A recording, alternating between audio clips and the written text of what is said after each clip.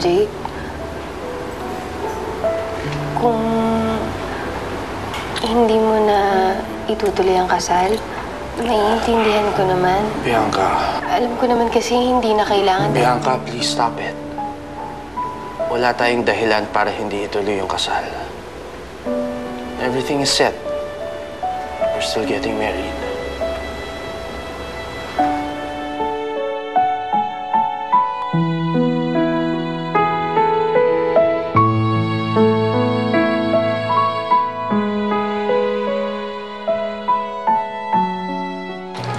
Nakausap na namin ni Erica ang coordinator.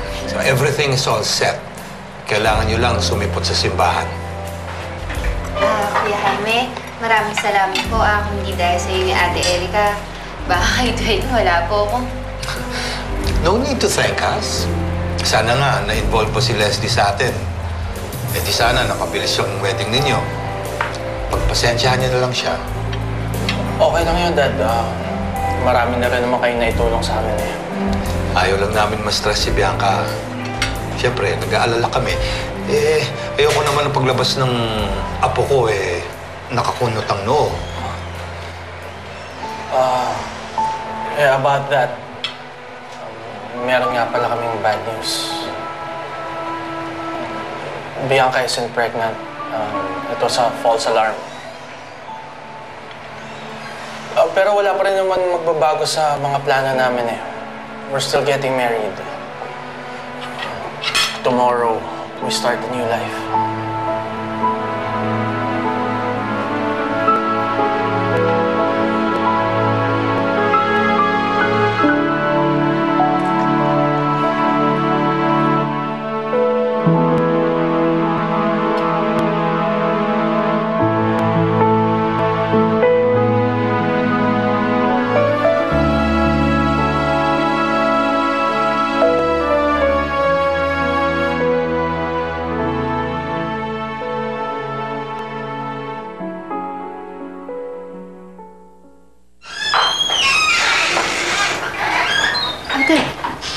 Bianca, kumusta ka?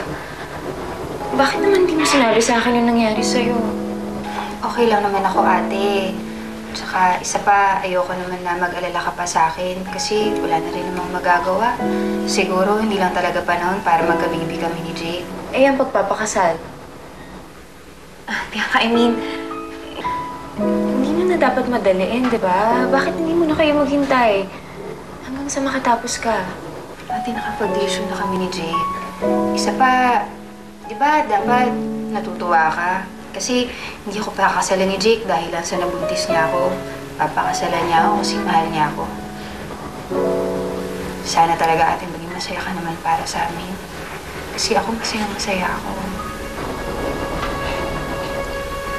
Sige ate.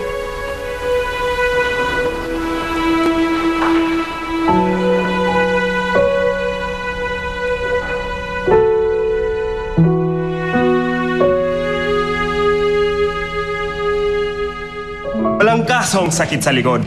Basta